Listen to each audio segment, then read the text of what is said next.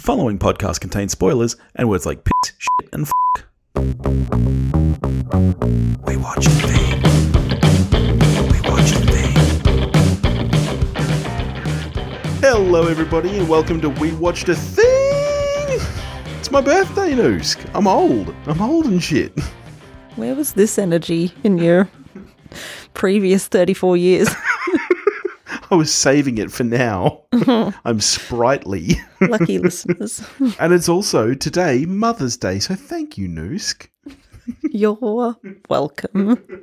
So we decided to treat ourselves with something we both enjoy, and we got to our local premium lounge cinema for Downton Abbey: A New Era. The modern day comes to Downton. I don't know if most listeners would pick me as a Downton head, but I'm all about the Abbey, yo. I love Downton. Did you say Abbey, yo? Yeah. I miss Sybil. Where is Sybil in this movie? Yeah, Sybil and Matthew. I mean, all right, but shall we get into it properly? Spoilers. All right. Downton Abbey: A New Era is a 2022 historical drama film and the sequel to the 2019 film Downton Abbey.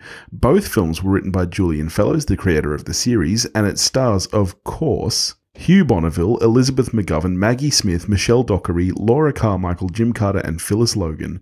And what is it about? Gosh, is that all? There's way more people than that. Well, yeah, but you can't list everyone. Yeah.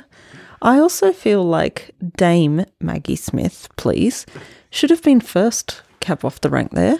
Really? Hugh can just get in line, mate, when you've been acting as long as she has. What did I think? No, what's it about? Oh, what's it about? Oh, I don't What isn't it about at this point? I mean, if you're a Downton Abbey fan, it's just regular hijinks. If you're not a Downton Abbey fan, what's it about? Oh, come on. Don't see this film. If you're not, okay. Maggie Smith gets gifted a villa in the French, Riviera, and she gives it to South of France. She gives it to Little Miss Sybil, so the family goes there to figure out what's up and why she got gifted this villa. Meanwhile, saucy past. Meanwhile, Downton becomes the set of a film. A talkie. Well, spoiler alert. Yeah. It has to become a talkie. So shall we get into it then? Yep. All right. You and I both massive fans of Downton, as we said. Yes. Oh my God. Used to love watching it and making you scones. Aww. Hey, for a long time it was just me watching it when I was pregnant with our first child, and that was the season I saw where Matthew dies, and you came home to me bawling my eyes out.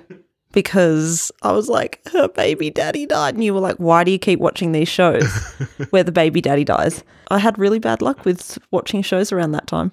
Where were your expectations for A New Era, given that we both love the show so much? Fairly low. Same. I thought the trailer for this movie was so bad. It looked real bad. Okay, let's be real. Like, real talk for a second here. This isn't a good movie. No, it's awful. I mean, like, if you're a fan of the characters and you know and love like that, it's great. It's exactly what you want. If you're a fan of cinema, and I hope they make these movies till the day I die. Yeah, me too. It was just pure joy. Everyone in the cinema, you, me, all the nanas. It was all nanas. Yeah, we're just overjoyed. In the nanas' defense and in our defense, it was a midweek, mid-morning that we went. It was like 10 a.m. on a Thursday or I something. thought that was going to be perfect scone time. Were there scones? No. Yeah, you were pretty angry about that. Yeah, you kept apologising to me and I was like, it's not your fault. It's not your fault that the cinema is run by Okay, well, they are my sponsors, so let's just start by saying thank you, Dendy. We love you. I mean, actually, we both used to work there. I actually quite enjoyed it. It was the best job I ever had. It was great, super fun. But can I just say, when I worked there, I used to run that premium lounge during the day. We had scones on the menu, and I delivered those scones in a timely fashion to the nanas. Yeah, right. They're going to stop giving you tickets. So this movie is pretty much, it's kind of written like a conventional TV episode where you have an A story and a B story, which is not very common for films, really. But, I think it It actually was just one worked. big episode. Yeah, basically, yeah. This felt more episodic to me than I remember the first Downton film feeling. I remember that feeling Yes. much more like a film, whereas Yes. this felt like an extension of the series. Yes, yeah. Yeah. Well, the film, like, it's a bit like any Christmas special. There always has to be a death, a birth, Yeah. a marriage, something, has to change with the historic period that they're Yeah. in. Yeah. It ticked all the boxes. Yeah. Yeah, I mean, all of our favourites are back, and then Cora and Edith are there too, so... How dare you? How dare you? Edith is a treasure. And Cora is fine. Like, I don't have an opinion on Cora. I don't feel strongly about her. But She Edith always deserved better, and I'm glad she lives a happy life now. Yeah, okay, Which is all yeah. this film was. It was just service to the fans showing... That they're all living good lives. Yeah, exactly. Well, so let's break it down story by story. So the French Riviera, the French villa that they get gifted. Yeah. I don't think it was on the Riviera, but anyway. Okay. The south of France. Yes. Maybe Isn't- that's where the isn't that Riviera the is. Riviera? I don't fucking know. I don't know shit about the Riviera. Do you have any French listeners? Hope not. So Dame Maggie Smith gets gifted this villa, and the family go to try figure out why she got gifted. Now, correct me if I'm wrong, it's basically just because she had a magic right? It's basically just this guy was like... Tell me you're going to bleep that. It's basically just that this guy was like, damn, Maggie, I'm going to give you a house. I mean, that is so unbelievable. It's because he believed that... They knew each other for a week. You're not Yeah. going to give someone a house, especially when you're then married with kids and you still like, nah, this chick I wanted to fuck for a week when I was 20, she gets this house. Men be dumb. What can we say? You people are okay. idiots. I like, it's one of those interesting situations in a film where the protagonists, who you are supposed to be rooting for, I'm actually not on their side here. I'm on the side of the guy's wife, who is like, this is not right. Like, it's not right. You know that was his mother, right? Were No. you paying attention? No, the guy who died's wife, the guy who left it to them. Oh, sorry. I thought you meant the main guy they deal with. No. That's no. her son. Yeah, and his son. And he, for some reason, is all on board with it. He's like, maybe because he's a man, he's like, I know what magic is like. Like, No. my dad wanted to do this. You know, he wanted to Did you watch it get all? knuckle deep into old cousin Stop Violet. it. Stop. How dare you refer to Violet that way? I will not continue this podcast until you treat Dame Maggie Smith and cousin Violet with the respect she deserves. Like, I'm sorry, but I am on her side. How would you imagine in like 50 years, right? I die and some lawyer comes like, I'm really sorry. The house doesn't belong to you. Look, I'd be pissed. I would be devastated. You know, apparently that's where they used to summer. Where does everyone summer? That they had many happy memories there as a family, or so she thought. But here's the thing. Once it had been tainted with the fact that my husband actually always had feelings for someone else and made sure it was left to her in your will, like, all those memories there in that house would mean nothing. I know. And I know. He was probably just sneaking off and having a cheeky over that picture of her. stop talking. What did they call it? that. The You can't get miniature? mad. The likeness? The miniature, yeah. Yes. yeah. The miniature. Here's the thing as well. And I thought, actually, that's an excellent point. I don't believe for a second any rich white male ever would have behaved this way. But he did say, it's not like we need it. We've got money. We've got other houses. Yeah. I mean, to be fair, I don't think it's do him they that says need it that either? I think from memory it's the lawyer who says that to her when she's talking about suing, and he's like, no, You've got the no case, like- the son sort of said something along those lines to his mother as well at Yeah, one right. point. Yeah. You know, like, good on Violet for leaving it to Sybil's daughter, Sibby, because, you know, her parents are kind of poor. Yeah. One's a driver. Good old Tom. Love Mr. Branson. And I don't know, new Sybil, whatever her name is, couldn't care less, whatever. Well, I think she's wealthy, but I think the thing is that because Sibby isn't her daughter, That her and that's what Violet Yeah. said, is that like her and Tom's next kid are going to get everything Yes, from her. So yeah. Sibby's just going to be left out in the rain. Poor so, Sibby. Yeah, look, So it's Sibby- cool that she's Sibby got a gets house the in south- France. yeah. I don't know how useful it is to her really, because unless she moves to the south of France. Well, her parents get to enjoy it for most Yeah. of her lifetime. Yeah, yeah. And then, as we know, World War II is coming, so... In which case, who knows? I wonder if they'll ever get up to World War II. If they keep making films, they're going to have to. They can't stretch out. They've already done the 20s. We're in the 30s now. Yeah. They can't stretch it out too much more. Yeah, that'd be interesting. So let me ask you this before we move on. Which of these two stories do you consider the A story or the B story? Yeah, when you said that before, I was like, I don't know. I feel like the A story is actually the film Absolutely taking it is. place Yeah. because it's at Downton, so it just therefore default has more characters in it because it also includes the servants. Even though it's ridiculous how many people go to the south of France. What the fuck is Bates doing there? Well, no, he's Charlie. What's Charlie doing? Yeah, I mean that's explained in the story though. Is it Bates is there because he's, what's his face, Mr. Crawley's valet. dresser? Yeah, he has to dress him. Honey, the rich can't be expected to dress themselves, okay? And then Carson is included because they want to get rid of him while the film people are there. And then Edith is there just, to give Swanning Edith about. something to do because... Well, Edith actually shouldn't be anywhere near where the story is set at all. So, because she has her own, she's a Marchioness. What's that mean? Have I missed something? He's the Grand Marquis and she's the Marchioness, Marchioness. Wait, so she's meant to be doing something? Marchioness. Yeah, she's off in her castle with her husband. Right. Okay. She has her own life. I mean, it would be pretty dull, though. Like, that's the thing. These rich people don't do anything. I'm not surprised that she's just back hanging out at Downton, because otherwise what's she doing? Sitting there alone in a castle? Yeah, she didn't even really have any sort of function at all, because normally she's there to piss Mary off and Mary's there to bite back at her, but they didn't do that. Yeah, they're too friendly with each other now. I know, I love it. Nah. I like happy endings. Everyone's too friendly. Yeah, it is a bit dumb. Isabel and Violet aren't doing their usual sparring thing. Like, there's glimpses of it. Yeah, but she was dying, honey. You can't spar with someone as they're dying. Spoiler alert. Oh, soz. But Violet dies. It's very sad. You know what I will say? Maggie Smith has looked about 1,000,000 years old since I was a kid. She looked old here. Like, I mean, like, older than usual. Like, I feel like this is the oldest she's looked. And I don't... That's because this is the oldest she's ever been.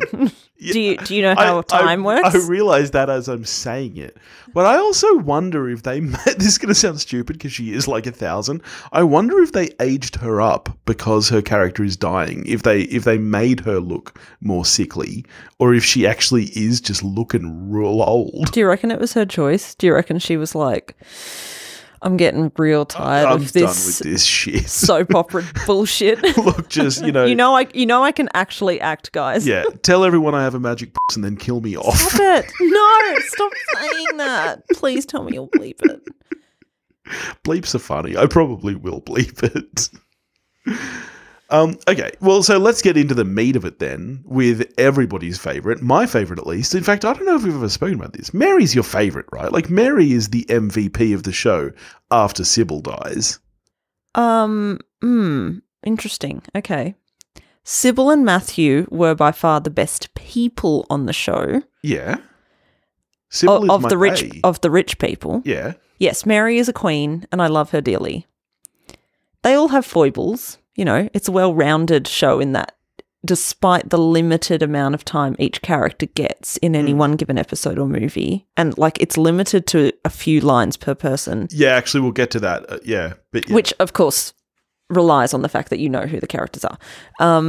But I don't know. I've always found it's done a good job of conveying a person with the limited amount of time they have, but maybe that's more to do with the show.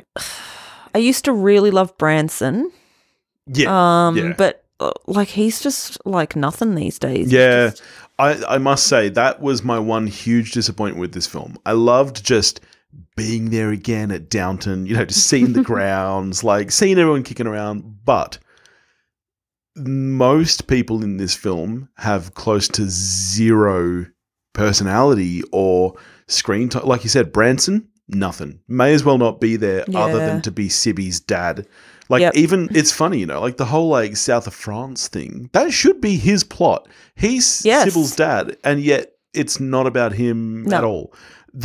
Honestly, this film only focuses on, I mean, I guess Violet in some ways, but even then, not really. Like, she's kind of a part of the story without actually being a part of it, really, until the end where she gets her moment. Really, this film is only about Mary and her parents. That's it. Everyone else may as well not be there. Like, one thing I always loved about Downton is the whole upstairs downstairs thing. Yes, and I that's reckon really that's lost now. virtually gone in this film. Like, Well, it actually is gone because the downstairs, the servants got to star in the film and dress up. yeah. And oh my God, it was like cringe. yeah. So cringe. Sorry, going back to your question. Yes, of course, Mary is a queen and I love her. For me, it goes Isabel and Violet, equal, top. Then Mary, then Daisy. Daisy and Mrs. Patmore. Yeah, right. Oh, Okay. love them. Love them. Yeah, my favourite from downstairs has always been Barrow. Yeah. Yeah, well, he's an interesting character and he's had like, He's one ups of and the only, downs. he's one of the only ones who really has from Growth. downstairs. Like, because upstairs, a lot of them kind of go through different phases and growth. And I reckon from downstairs, But Barrow's even then- about it. Yeah. Like, I mean, you get that kind of really awful romance between Bates and Anna, where you're like, Bates is a fucking creeper. Like, why is anybody keen on Bates? Okay, the reason I made that sound just then is because when I was first introducing Billy to the series, he was like, what the fuck is up with Bates? He's always like, we've got, long shots of him just looking like he's about to murder someone. Yeah, so every time it cut to him, I would just go, dun, like as if it was like, And now you a and I will psycho often noise. hide around the corner from each other and be like, dun.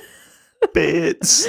Oh, Mr. Bates. Yeah, he does nothing for me. But yeah, and like it's all a bit tragic at the start, he's a lame valet. Can he possibly be a valet? Oh my God, he's what? Blah, blah, blah. It gets old real quick. Yeah. And then there's that whole like... Why do we like this show? Because it's amazing. Its production value, apart from anything, is incredible. Beautiful cinematography Also, as well. 6 score. Amazing score. All right. We're really jumping all over the place here. Yeah, soz. Okay, let's finish up with the story side of things. Let's talk about the making of the film. Well, can we just quickly touch back to Barrow? Okay. Love Mr. Barrow. Love that he's had growth compared to many other characters. However, I don't believe for a second that everybody in the Abbey is a gay rights supporter in secret. What the fuck is that about? They're like, oh, I hope one day you'll find a kinder world to live in, or I wish you all the best, Bates. You know what? No fucking way. Because we have to like these characters. Yes. Like, but it's so... from memory in the show, there was at least one person who was outright against him. Yeah, but even... No, it was all a bit shocking at first when, it first came out, like in the series. For the characters, I mean, not for anyone watching. Yeah. But there was always like instant support and it was just unrealistic. Well, that's the thing. There are some characters here who 100% would be against it. Carson's not on board with gays. Neither would Mr. Crawley be. No, yeah, probably not. Yeah. Or quite frankly, Mary. Like, I don't know. Mary's cool, man. Don't is slag super off Mary. cool, but Mary is the one who often tells people to mind their place. Let's face it, she can also be a Oh shit! Noose coming out with a beep. She can be. I love her, but like, calm down, Mary. Don't be such an elitist bitch all the time. Nah, Yeah. I love Mary. Okay. I love how even though it everything about this film was just pure fan enjoyment. We even get Carson and Mary having their moment. They always have a fucking moment where he's like, I'll be here for you. And she's like, I need you, Carson. And he's like, I've always believed in you. You're like a daughter to me. And she's like, oh, Carson. It was amazing. I loved how the cinema was laughing a lot. Yeah. And you and I were like, this is such trash. This is amazing. Oh, we're right there laughing with them. Oh, yeah. Oh, yeah. So, okay, the filmmaking story, I actually liked it. Like, when I saw the trailer, I thought it looked really bad. Real and bad. I was like, oh, Real come on. bad. Now we're, But I actually, I found it really enjoyable. And I liked obviously, you've always got to have some kind of tension. I actually really liked the lack of tension, the romantic relationship that was kind of forming between Mary and the director. Oh, really? Yeah, I did. Why? I wanted her to leave her husband. Well, obviously they're building to that. Give them time. It will be in the next film. I don't know. Do you reckon they will? Do you reckon the director's coming back? Oh, they'll kill him off or something. Or yeah, he'll come back. Okay. Yeah, I really liked the filmmaking storyline, actually. I thought that was pretty fun. I mean, it was extremely predictable when, almost as soon as the lead actress spoke, you turned to me and said, Mary's going to have to do her voice. Oh, it was so obvious. Yeah. From the very beginning that the first, the first 2 moments of each plot line happened. Yeah. I was like, okay, well, we know the ending then. But it was still a fun journey. It was amazing. I was there for every second of it, and I would happily go again. So jumping back to the production, I agree. I think this show has always looked great, and this film is no exception. I think it's shot really well. The score is just beautiful. Yeah, the score. And I love how you know the score before it even properly builds. Yeah. You know which one it's used for. Yeah. Actually, sorry, going back to characters, because there's so many great characters. There was a distinct lack of Rose. Why wasn't Rose back? Well, like I said, I feel like there was a lack of everybody. Like this movie... If Edith's back, why isn't Rose? Yeah, but Edith may as well not have been back, honestly. And Lily James has probably just got better things to do. How dare you? Well, she's playing Pamela Anderson at the moment. Really? Yeah. I don't see that. No, they've make-upped the shit out of her. I think she's wearing a fake nose and fake boobs as well. Wow, obviously. Really? No way. Yeah, they have. I did not see that coming. They've done the full Gary Oldman on her. Yeah. Interesting. Actually, you know who needs to appear in this show? Gary Oldman. Yes. There is a lot of British royalty that pop up. No, there's not. This is not. Don't confuse this. This is not Harry Potter. Harry Potter is where all the famous British people go. This is where all the B-list British people go. Whatever. Hugh Bonneville and... I would be very happy to be included in a Downton Abbey film if I was a famous actress. I'd be like, give me a part, write me in. I can be a murder mystery, someone. Hugh Bonneville is pretty much only famous in Britain. Honestly, Maggie Smith is probably the only truly famous person in this franchise. How very dare you? This isn't... We're not going to see Mary, Charlize pop up. This isn't Fast and Furious. Oh, God. And now she's a fucking Avenger or whatever. I don't even know. Mary, how dare you, is in Hogfather. Yeah, look, I'm all about Michelle Dockery. Yeah. Yeah, I'm a fan. I'd smash it. Nobody asked you that. Ew. She would be like, who are you? Go away. I think she'd be like, who are you? Go away. Sorry, that was a terrible... What was that? That was me trying to do a British accent. You were like the actress who couldn't participate in the talkie. Go away. That's basically what you sounded like just then. No, Mary is, a bit longer and more pronounced. There you go. I like that. Who are you? Oh, yeah. Go away. Yeah, oh, I like that. Don't. Okay, that's enough. You've ruined it. You've killed the moment. Yeah, this is not a franchise for famous people. You're kidding yourself if you think that this has British... way. Gary Oldman's not doing Downton Abbey. I'm sorry to tell you. Gary Oldman, I reckon, has a fantastic sense of humour, and he'd be like, yep, cast me in. Yeah, let's go. Yeah, sure. Yeah, Downton 3, we're going to get fucking Gary Oldman and Judi Dench and Kenneth Branagh. Hey, and speaking of Harry Potter, Umbridge is there and it is frightening to watch her. Yes. She's basically playing true. Umbridge again. Yeah, she is terrifying. We're not supposed to hate her. Yeah. Every time she did a little giggle or something, I was like, get out. She's up there for me with, I always felt really, really badly for Joffrey from Game of Thrones. Because he quit acting because everyone just hated him so much. She's up there with him for me where I'm like, I cannot imagine her being likable. She's an actress and I'm able to separate it. It's not like... You're a stronger person than I. Well, we all know that. It's not like John Lithgow from Dexter, where if I see him now, I'm like, Trinity Killer. Really? That's your pull for John Lithgow? Yeah. What's yours? Third Rock from the Sun. Oh, God. No. I mean, honestly, You my are stuck first in the my 90s. first pull is Cliffhanger. Oh, Cliffhanger. Nah, he'll always be Trinity Killer to me. He's so scary. We've digressed.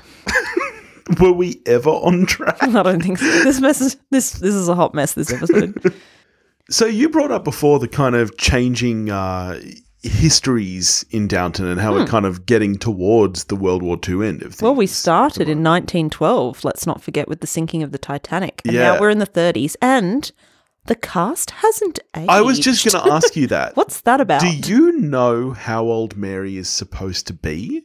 If we're talking that started in 1912 and this is now the 30s, we're talking a good 18 years at least since the pilot.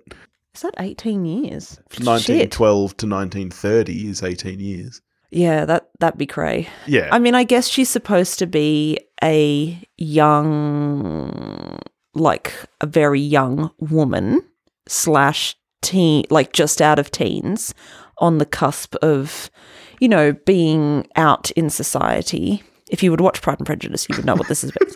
So you had to be out in society with the permission of your parents to find a suitor. I know. I've seen that Simpsons episode with oh my God. with Mr. Burns' son, where he goes to the debutante ball, because that's when they get like released, isn't it? Release the Kraken. You know, like they're like allowed to be like real humans, and he's like, barely. "Oh, she's not ready. Put her back in." Yeah, I know all about that. Yeah, barely. They're still women. They're not allowed to do anything. Yeah, so I guess that's where we start. Yeah, But 18 years. yeah. Like, It doesn't track. and I feel like Mary's supposed to be roughly our age now. I mean, how old do you in think, the 30s? Let me ask you this. How old do you think Daisy's meant to be? Because Daisy is still acting like a 12-year-old and we're supposed, like, she must be fucking 40 or something at this point. Yeah. I don't know. It's all a little, yeah. It's ridiculous. Let's just go with it and let it wash I mean, over us. if the next one does, and here's the thing, all right, getting towards the end, right, this movie does get rid of a lot of our favourites. Like, Maggie Smith dies. Yep. Barrow Barrow's gone. leaves. Yep. I feel like there's more than just that, right? I guess we're kind of farewelling Branson. Like, it seems No, like... we're not. Yeah, it seems to me like they're leaving and they're talking about, you know, everyone will go back to the south of France once every year. But apart from that, they're kind of leaving because he's moving on with his new wife that he's just married. Like, I feel like we're saying goodbye to a lot of these characters.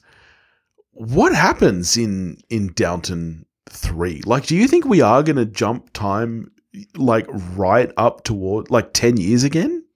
I don't know. Where did we leave the last one? The time jumps are really inconsistent in this series. They always have been. Yeah. I don't know. I've always been interested to see what on earth would happen in World War II, because World War II was life-changing 'Cause we for saw the World War entire One from world, memory. especially those like mega rich families and Yeah. like the height of society. So I've always been like super interested to see how they would handle that, because, you know, Mary would have to work in a factory or something. Yeah. And I want to see that. That'd be funny. We saw World War One, didn't we?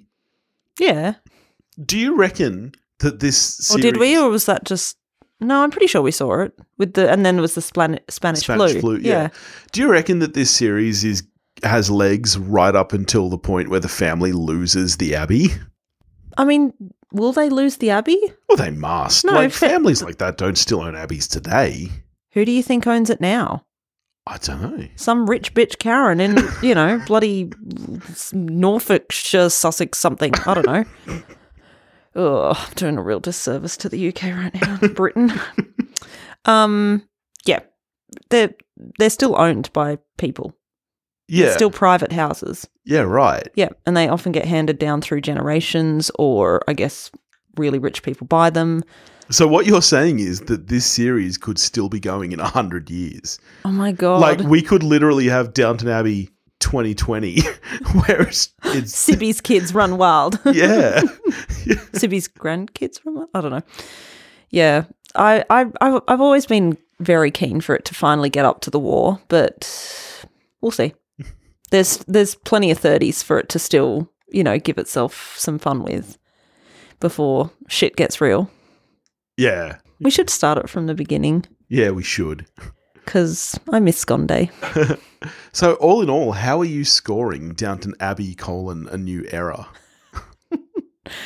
Well, Robert, we haven't even spoken about Cora. You have no idea how much I hate Cora. I have a fair idea because every single time she speaks, you're like, I fucking hate She can't act. Like, I've got to say, she can as much as I love this show, you just don't like her accent. No, as much as I love this show, I do think that the acting is what brings it down. I think that there's quite a few. Yeah. No way. Oh, yeah. The show is carried by Michelle Dockery and Hugh Bonneville and both Isabel and Violet. I think a lot of the performances are so weak. Edith is a wonderful actress. Edith, what about Daisy? She's had like big moments. Yeah, I don't think she can act. I think she's fun to watch. I think what she has is charm. I don't think she can act. Remember when William died? Vaguely. He was the tall guy, right? Yeah, he was the tall Muppet. Yeah. He was always standing around looking like a Muppet. Yeah, I liked him. No, you didn't. Didn't I? You were like, he's a Muppet. He's not good enough for Daisy. Daisy's the best. She shouldn't feel guilty. Kill him off. And then he does die. I don't remember any of this. You were very passionate about him. What other characters do I hate? Bates. Tell me. Bates. I mean, I know I hate Bates. You hate Bates. Yeah. Bates.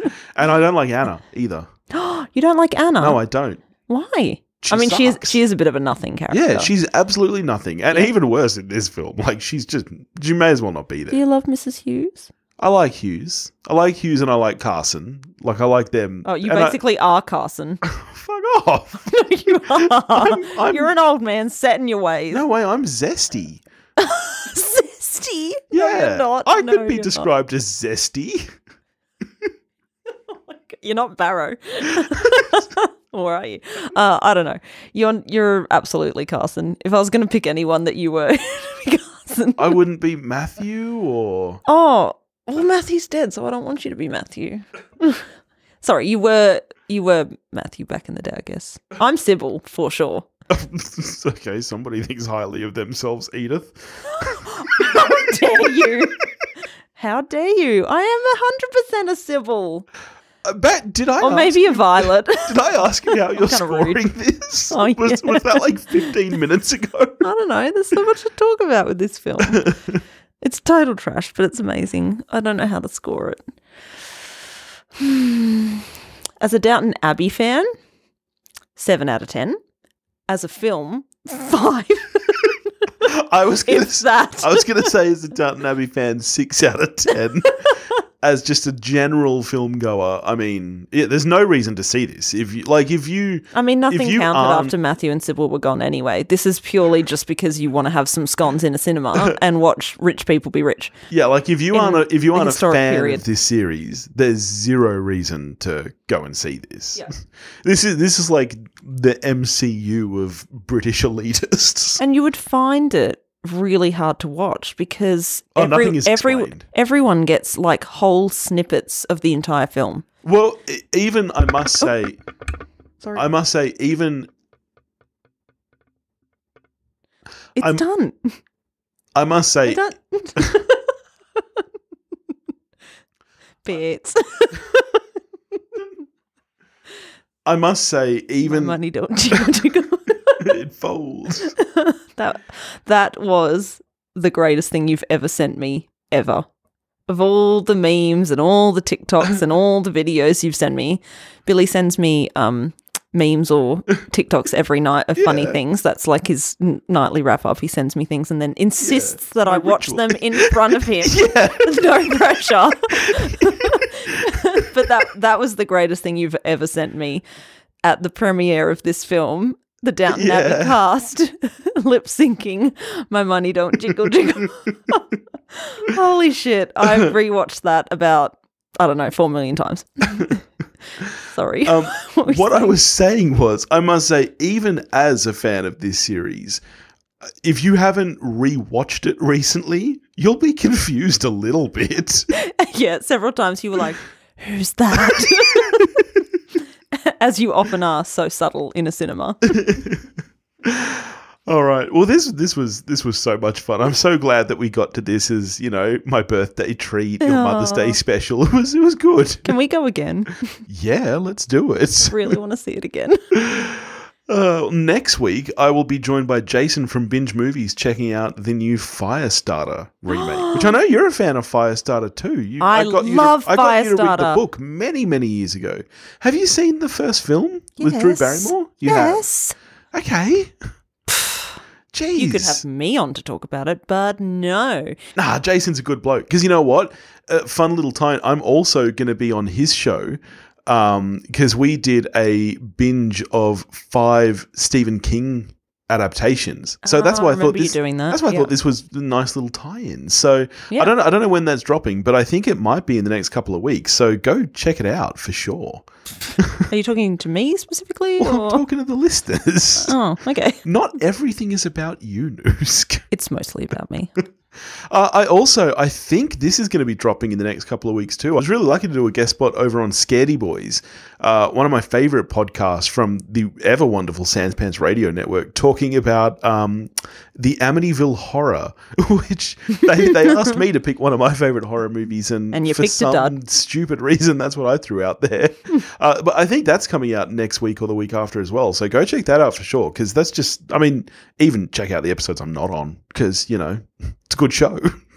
Don't drive people away from yours. They're fine. They've got plenty of listeners. Stay here. He needs you. You don't understand.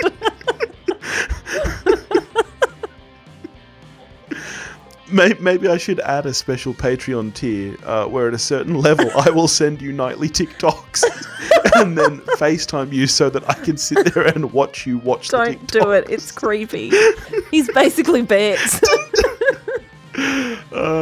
All right, in the meantime, if you want to get in touch with me, you can do that at wewatchedathing.com or wewatchedathing@gmail.com. You can find me on Facebook, Instagram, and Twitter, all under the handle at wewatchedathing. If you want to help support the show and get nightly TikToks sent to you, you can do that at patreon.com/wewatchedathing. That's not an available tier currently. Well, not yet. And we'll catch you next week.